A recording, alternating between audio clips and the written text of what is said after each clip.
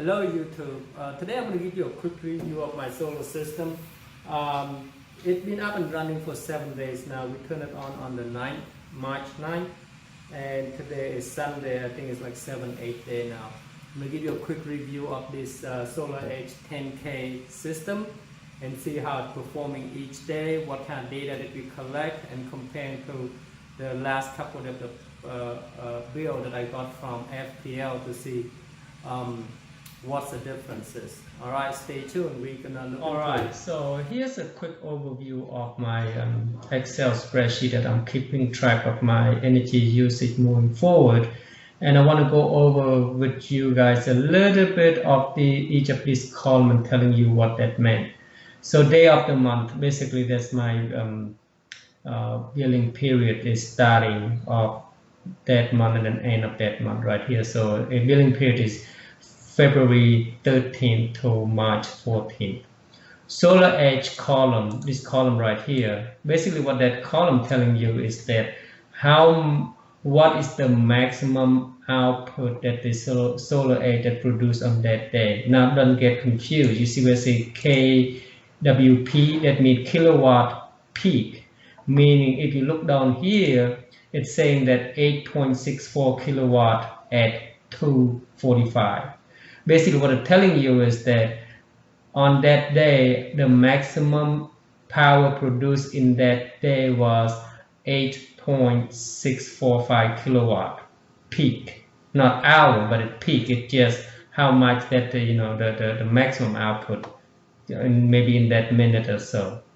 SolarEdge kilowatt DC. So basically this column telling you that in that given day how much the SolarEdge inverter produce in DC kilowatt hours. So let's say here in March 11th it producing 51 kilowatt, 5168 kilowatt DC power.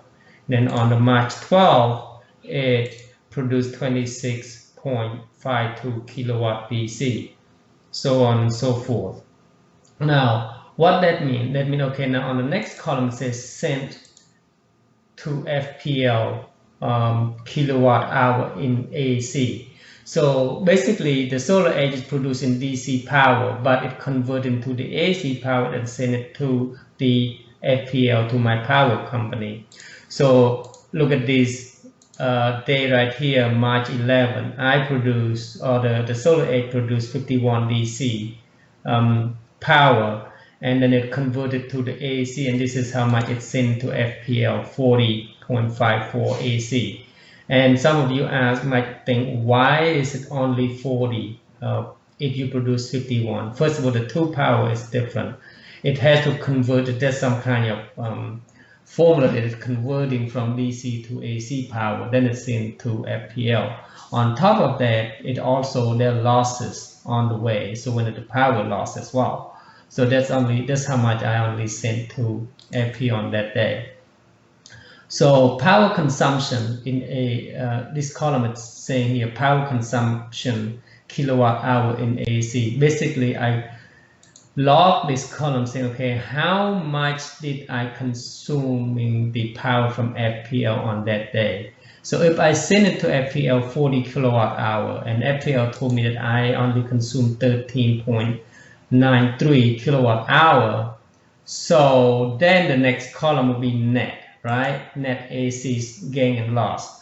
So if I only consuming 13.93 kilowatt hour, so I should net about 26.6 on that day. See that? So this is how much I send to FPL, how much I use it, and how much I gain. And the next column basically is telling you that the temperature on that day, what's the maximum high on that day. So on that day, on the 13th, is 18.1. So overall, I had the system up for 7 days, right? The first, I got the system up on the 9th. So on the 8th, FPL was switching my net meter over, so there's no data. On the 9th, also I think because the net meter there's no data collected, they have to go through some kind of configuration from their backend, I don't know. So I did not have any power collected on that. Not no power collection, but no, yeah, I don't have anything that's showing that I've been sent to FPL, so it's just a loss for that day. On the 10th, there's a reason why I don't have anything logged on this column here saying that solar age produced and the solar age at the maximum peak and the solar age produced in kilowatt for these 2 days. The reason is that my inverter did not get registered to the to the solar age company until the following Monday, which is on the 10th. So that's why I have no data show on that day. But FPL did record those, how much did I produce on that on the 10th, and how much I sent it to them, which is 35 kilowatt AC power. So overall, for the last, so if the data show here for the last 4 days, right? 1, 2, 3, 4, 5 days. So on the 10th, I probably produced somewhere around 40 kilowatt DC hours on the and I sent it to FPL 35 kilowatt AC, but I only use 18, which is I net.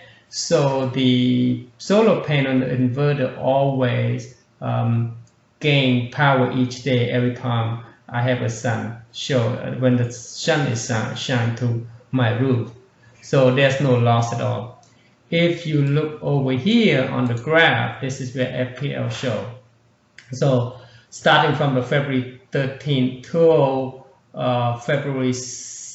March 7th, I always use their power. There's nothing show, right? But then come down to the 10th, where I have my solar inverter and solar panels activated, you show the graph is showing to the other side, the negative side. So basically telling me that, okay, this is how much I use in consuming the power on the 10th, the 11th, the 12th, the 13th, and the 14th. So basically, FPL is all me the power, because they're on the axis. On the axis line, you see where there's no plus on the y. It's always negative on the y, meaning that they owe me power. So I'm going to show you another thing to see what each of those bars telling you, right? So I bring up this application right here. If you look on the 10th, FPL telling me that, okay, the energy sent, the energy delivered to FPL is 18. The energy that FPL is sent to my house is 18 kilowatt hour, but the energy that I sent to FPL grid is 35. So that's why you're showing that. That's why you're showing the bar is down to the negative, because FPL is losing it. On the next day, which is the March 11, it's the same thing. I only use 13 kilowatt hour, but I send it to FPL 40 kilowatt hour. Same things on the next day, on the 12th. This is the cloudy day. There's not much power being produced from my grid. So I only use 13 kilowatt hour, but I still produce more than what I use. So I produce 19 kilowatt hour and send it to FPL. On the next day, on the 13th, the same thing. This is my highest, right? So on that day, I only use 12 kilowatt hour, but my solar panels produce 44 kilowatt hour, and that's sent to FPL. The same thing on March 14th, right? I only use 15 kilowatt hour, but my energy is sent to FPL is 36. So overall, if it keep up this pattern, I will always on the positive side. I never have to pay FPL power back at all. But this is, I think, only good for summer, because summer we producing power from 8, I think like 7:30 to 7:30. So like 12 hours, 7:30 a.m. to 7:30 p.m. So if I have the full sun like that, I usually getting about, I don't know, 50 kilowatt hours in DC hours, and then send it to FPL. And if our consumption is less than what we sent, we should get a lot of credit. So toward the winter months, where the winter month doesn't have too much sun. All right, just want to show you guys that quick overview.